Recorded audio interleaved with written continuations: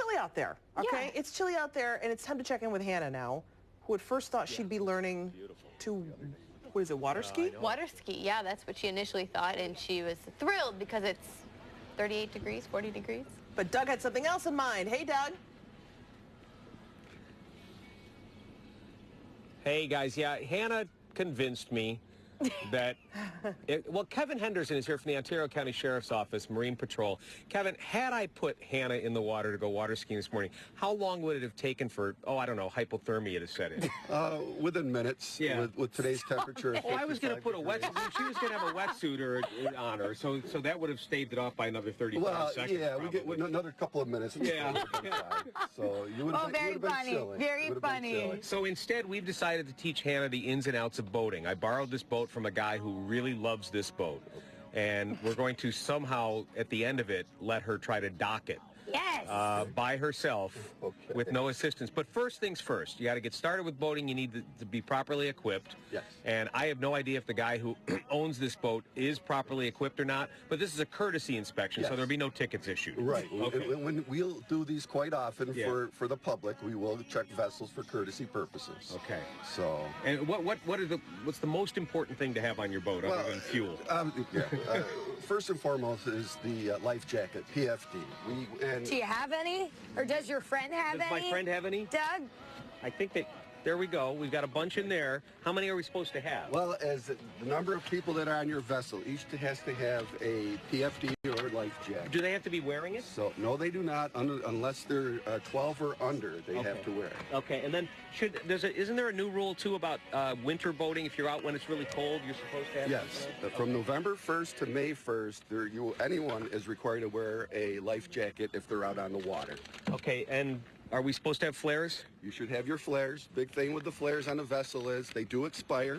So you want to, every year when you get out for the first time, make sure you take a look at your flares.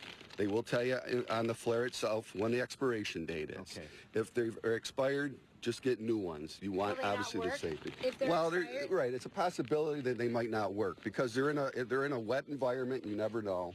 So just make sure that the flares are current. You'll see they have expiration dates on the flares themselves. What do you use? I'm going to ask Hannah. What would you think you would use the flares for? Well, if you got in an accident, No. It's for the 4th of July. On the 4th of July. That is not true. No, I can't comment on that one, Doug. So, but Doug's like, I've never what else done do you that. look for before you pull somebody over in the summertime? They're out having a good time. What are some of the important things that you look for, or the common violations? that people might. Well, again, a lot of it, the way somebody's operating their vessel, their boat. If it's in a reckless manner, we're going to approach that person. And under the law, we have the right to what's quoted as terminate somebody's voyage. Mm-hmm. We can actually take them to shore and pull the boat, and have them pull the boat out of the water or dock it. We do have those issues. We're also concerned about boating while intoxicated. I was actually going to ask you about that because it's kind of like a gray area for a lot of people. Well, it is, and people think because they're on a vessel, it's different from a motor vehicle, which is not. The same laws apply. 0.08 is the legal intoxication level in New York State.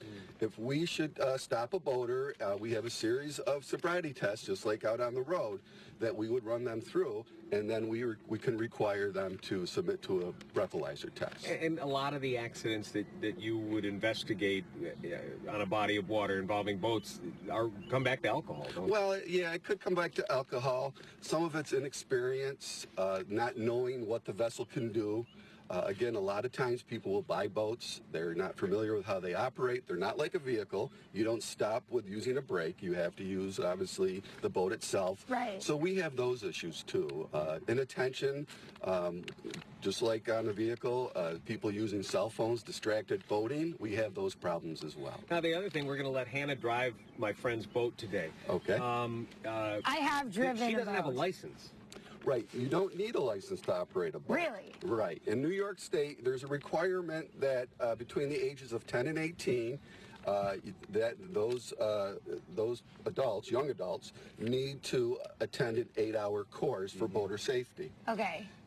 New York has now enacted a new law in 2014, May 1st of 1996, excuse me, and from there forward, anyone will have to get an 8-hour boater So you have to safety take course. the, Oh, okay. You have But to.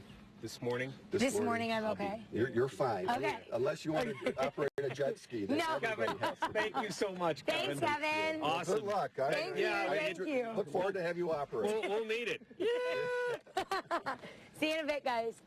All right, I'm glad to hear Hannah's not going to get in the water. I had a feeling that was not good. I was like, that's not good for her. Well, it's still too cold. It is. Just a little bit. So glad that the officer, was the voice of reason. Although in I all of this. think we should have combined yesterday and today's challenge and had a water skiing clown, Hannah Banana.